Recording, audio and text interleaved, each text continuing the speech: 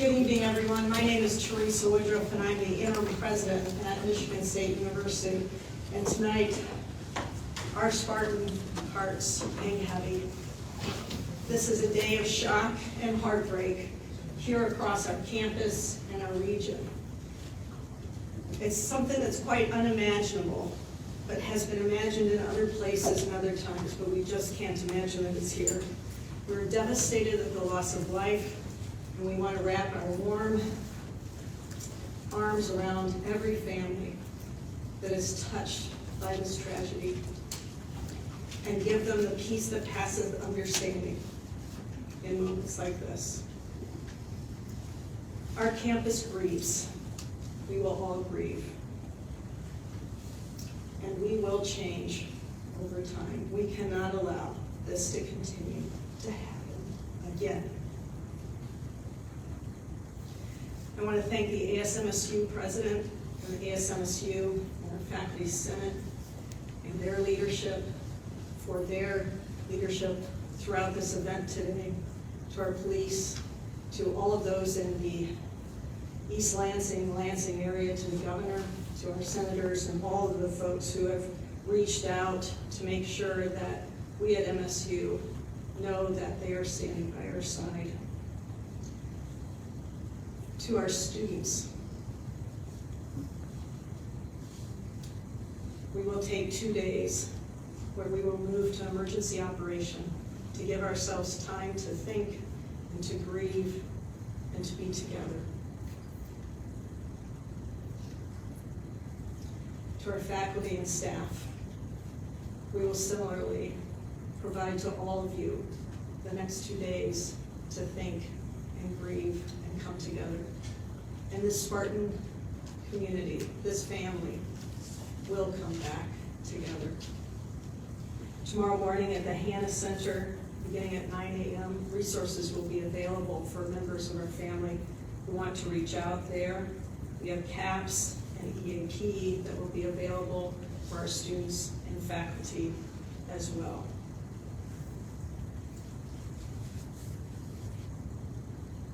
There is little else that can be said other than we are a community that is knit together by each other, and we will hold each other up in moments of grief as well as celebration, that today we come together as a family and we grieve together.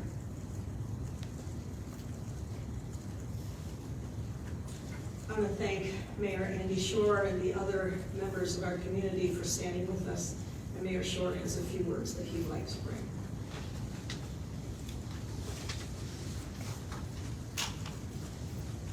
Tonight has been horrific. It's been horrific for all of the students here and around the region. Schools have been closed. This has affected our whole region, our whole community. It's affected families, everyone across our community. And I say community because tonight our entire region came together. We have law enforcement, we have firefighters and EMS, we have healthcare and first responders from all over mid-Michigan, from all over Michigan, who answered the call and rushed to campus to help. I've been in constant contact with Mayor Ron Bacon of East Lansing, who is at the police station.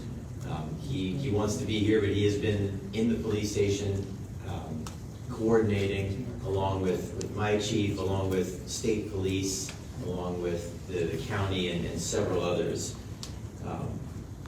We know that now we have to come together to heal.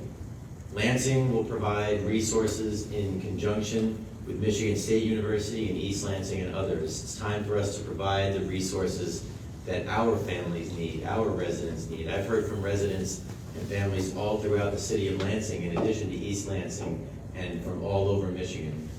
We will come together and we will heal and we will move forward together as a community. I'm going to pass it back to Deputy Chief, and he will share more information from law enforcement.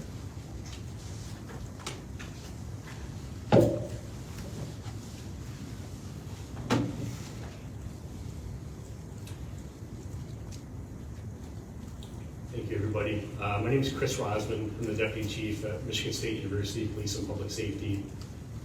Over my right shoulder is our Vice President for Public Safety and Chief of Police, Marlon Lynch. And I want to start by saying that we have been committed to being as transparent as possible and sharing as much information as we can since the start of this horrific incident. I stand before you with a few minor updates that we'll provide, and then we will open it up for a couple questions. Please keep in mind that there's not much new information that we have since we last had a briefing about an hour ago. I will start by sharing an update that the 5 victims that were transported to the hospital were transported to Sparrow Hospital in Lansing. All 5 of those victims remain in critical condition.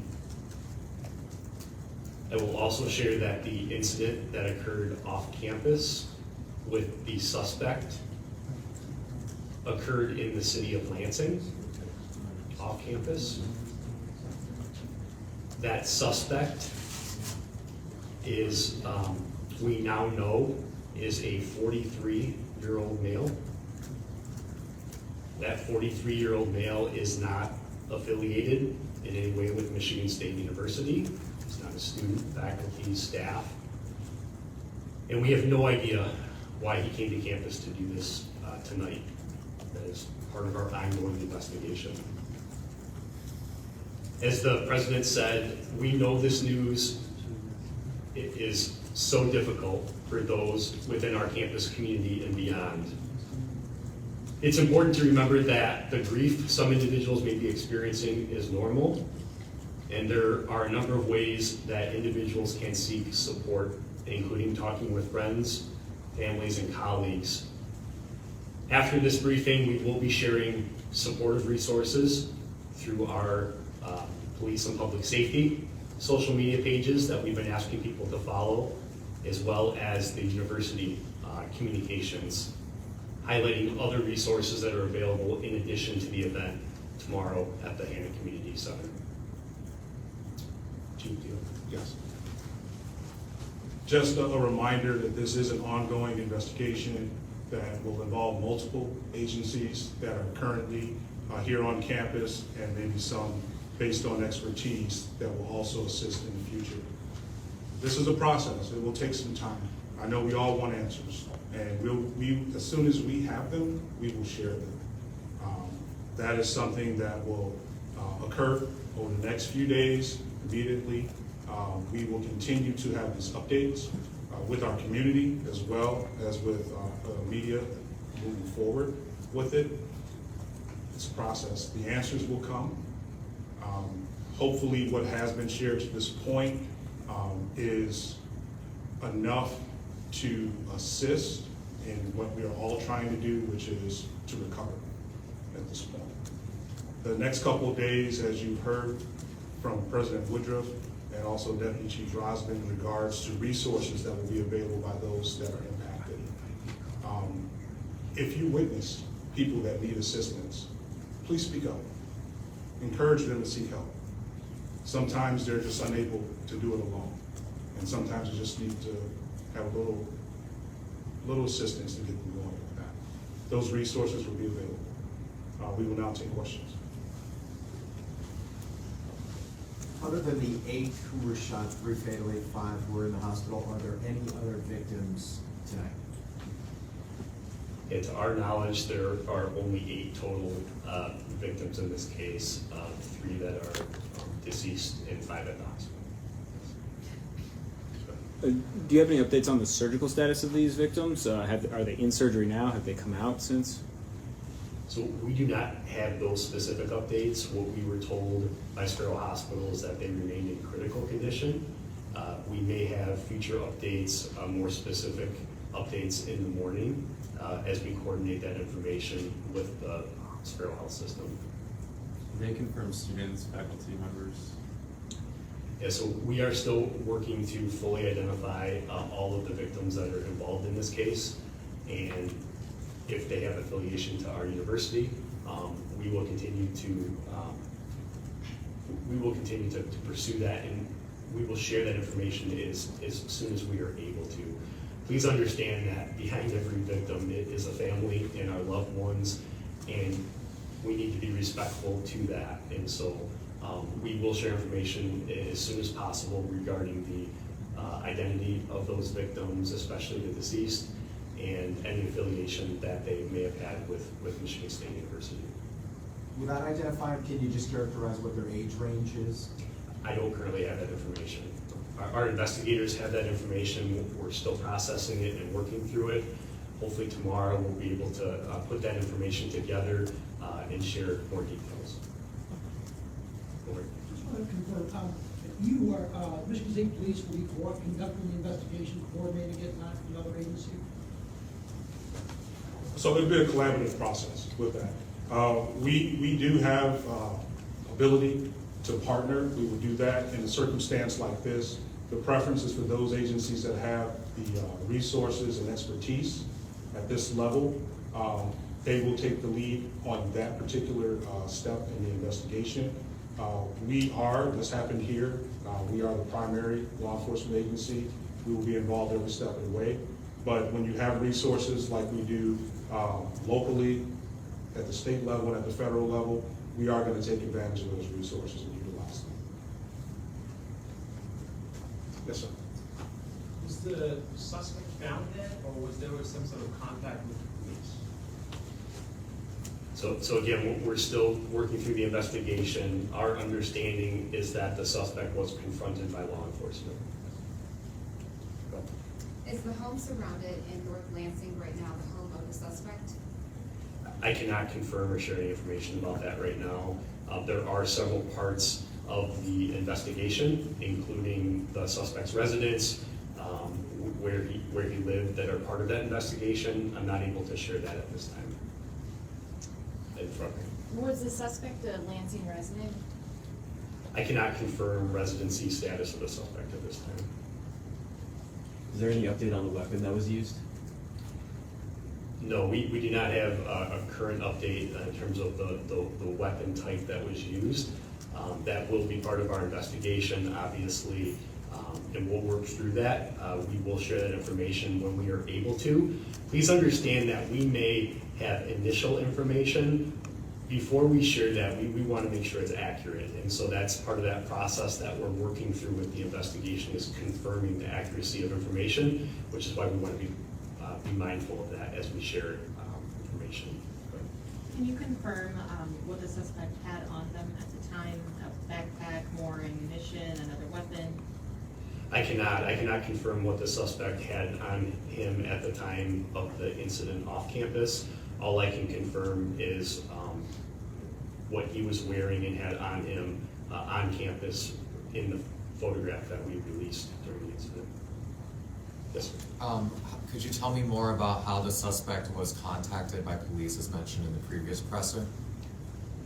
So I cannot offer any additional information in terms of why law enforcement contacted that suspect. What I can say is that with the overwhelming response of law enforcement officers that we had from across the state, we began to deploy those resources out in different perimeter zones, in different waves, and all of those officers were looking for this particular suspect that we identified very quickly with a photograph that was shared with all of the officers in the field. So there were hundreds of officers that were looking for this individual. What led the officers to come across him and contact him, we will determine that. That will be part of our investigation, but I'm not able to share that at this point. In the back. Can you describe the residence hall? Is it like a security swipe card system to get in? Do you have any idea about that? And if you could just talk to the monumental task that you guys had, large campus, dark outside, just how you went about your work tonight. Sure. I'll take the first part of the access and I'll turn it over to the chief for the monumental task ahead. The two buildings in question, Berkey Hall is a academic building. It's a purely academic building. There's no residence, it's not a residence hall facility. That building is unlocked and open to the public during business hours, if you will. This incident did occur before the building was secured overnight. And to my knowledge, there were activities occurring in that building as part of the academic function of the university. The second building, the MSU Union, is similarly open to the general public. does not require any special access. It's a building that is open not only to students, faculty, staff, but to the general public. And that building was open at the time. It does have hours where it closes. This occurred during the hours that the building was open. And I'll turn it over to the chief for the second part. And that's part of the monumental task, right? We do have areas that are accessible to the public with that. The task in itself is that we have 400 buildings on campus and over 5,300 acres with that. And part of the process of the response that we had is that we were able to divide and organize, to be methodical in the search process with that, to obtain evidence and to share it as it come through. But with a university of our size and the areas that we're responsible for, that becomes a task with that. And it's also as part of what we try to establish here as a culture, is that we all in some way are accountable to each other for safety and things of that nature. With it, the questions that you were starting to get to with the access control and things of that nature, those are in the residence halls and components like that that are not open to the general public, but the facilities where this actually occurred, at the time it was open to the public. Go ahead. Do you know how long the suspect was on campus prior to the first shooting occurring, and if they had been on campus at all previously? I do not have that information currently. How long the suspect was on campus before he entered Berkey Hall, the location of the first incident, is not known at this time, but that is something that our investigators will be interested in and will be following up on, but I don't have that right now in the back. These public buildings, are you aware if any kind of safety mechanisms were inside, like night lock, anything like that? So we do have a robust and comprehensive safety plan on campus. Like the chief said, we have a lot of buildings, and every building is built differently, constructed differently, but we have assessed, and we continue to assess our security features within those buildings. In this instance today, we relied very heavily on our notification systems. We know that during an incident involving an active shooter, that providing clear instructions to the community in terms of actions to take is very important. And that's why we pushed the information out very quickly, that there was an incident occurring, to shelter in place, to run, hide, fight, and we implemented the training that we have had in place, the emergency plans that we have had in place, and we instituted the training that not only the officers had, but that we've trained our community how to respond to an incident like this as well. So it's hard to talk about specific physical security features of a particular building. Down the road after this incident, that obviously is something that we will look at, and if there's ways to improve, we will look to improve. But right now, we're really focused on the immediate response and the immediate aftermath to this tragedy. Go over here. Just ask the president real quick. When you first found out that there was a shooting on the campus, what went through your mind? Well, I first tried to get the information, so it was critical to me that I have accurate information. And then my thoughts immediately went to the individuals who had been shot and their families and the students around them. And I think one of the things I'm most proud of is on a campus this size, how quickly every student, staff, faculty member immediately took action. They sheltered in place, and they did so for hours in order to allow our law enforcement to come together and quickly be able to survey the campus and set up the perimeters that were described. So my thoughts immediately went to those individuals who were in that room, in that classroom, and my prayers went to heaven.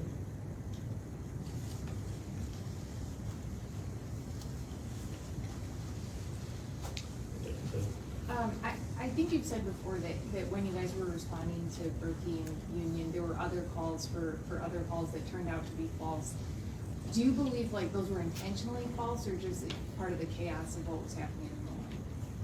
Yeah, so just to be clear, the initial calls were only Berkey Hall and the Union. After the suspect left the Union, we did receive multiple erroneous reports of several either shooting incidents or incidents across campus at different locations. Obviously, that's gonna be part of the investigation in terms of where those phone calls came from and who placed them. At this point, I can't offer any specifics, but that is something that we're very interested to determine and will be one of the focal points of the investigation to see if that's related in any way. How many other reports were there that weren't true or false?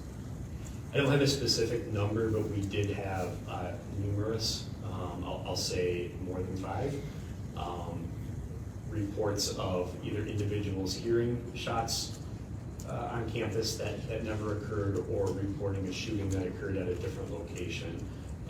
We immediately, due to the resources that we had at hand that were being deployed under a unified incident command structure, we dispatched teams to each of those calls, and they quickly arrived and quickly determined that the incident as reported did not occur at that location.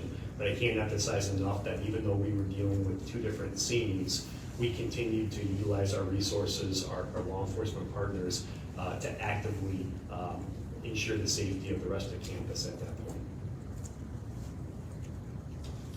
Do you know if there's any security footage or surveillance footage that would be out there that would be relevant for the incident, and will that footage be released to the public at some point in the investigation?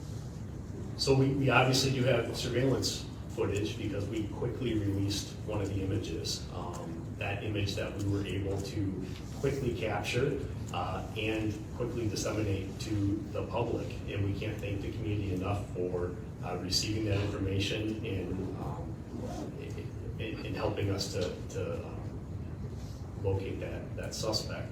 So yes, we do have cameras in a lot of buildings on campus. Each building has a separate system in place. But yes, I mean, there are surveillance cameras that are going to be useful and helpful in this investigation that will aid our investigators in putting the pieces together and trying to understand a little bit more about what happened. We'll take one more question. Go ahead, ma'am. Next 24, 48 hours, what can we expect the university to look like for students and staff that are still going to be here? What kind of presence? You'll still see a continued presence due to the fact that we do have crime scenes that will still be processed with that. There will be the ongoing investigation of communicating with witnesses as well on campus. There'll be a lot of activity in regards to support for our community, as was mentioned earlier, with our counseling services, our health services. There will be notifications that will be made for where those will actually gather or take place along those lines. We made the announcement that 48 hours, the operations of the university will change. It does not mean that our campus will become vacated. We have approximately 19,000 students that reside on campus. We will still have things available to meet their needs as well. I can't say that it'd be business as usual because it's not. It's not going to be business as usual. Healing will begin as soon as possible with it.